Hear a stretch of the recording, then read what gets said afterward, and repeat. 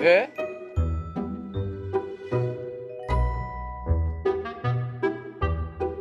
ဆရာရှင်ရောအဲ့ဒါဆရာကြောင့်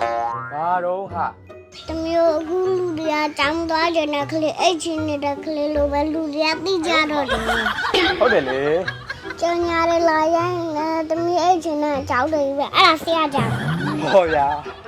အဲ့တော့အိပ်ပြန်ချင်းနဲ့ဆိုတာလေမစိုးကြည့်ဘူးသူငယ်ကြီးနေမစိုးကြည့် ဟောတကယ်ကြီးလည်းမဆောက်ကြအဲ့တော့ဆရာနဲ့ဆောက်မယ်လားဆရာနဲ့ရုံငန်းထဲမှာ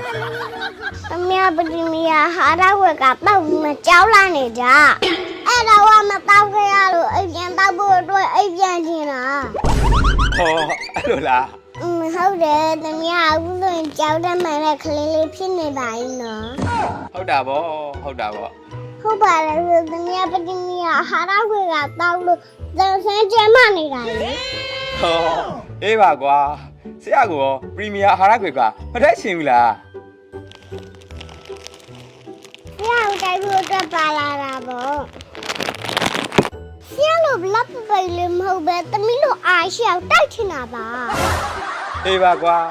ငါလည်းပရီမီယာအာဟာရခွေကတောက်ပါမယ် ဖရကထိတ်ဖို့တဲ့အခါကျရင်တိတ်ရွာလို့ပတိမီယာဟာရဝဲကတိုက်အောင်မ ဟာကောင်းတာဗော ဖဖင်နဲ့မမေကရွာဖုတ်ကြီးကြောက်လဲလူပေးအောင်မတဲ့ တာဓုတာဓုတာဓုပါဗျာကဲဆရာနဲ့သမီးအခုပဲဖြော်တော့လိုက်အောင်ကွာ ဟာဘလာမပငွေသားကဆမ်းမယ်လေပါတယ်ဟာ ဟုတ်တယ်လူဆရာ တထုံးမှာ25 gram ပါတာပဲ ဟုတ်တယ်လူဆရာအများကြီးတော့ဝါတာပေါ့ကိုယ်ကနန်းလေးရလဲမွေးနာပဲ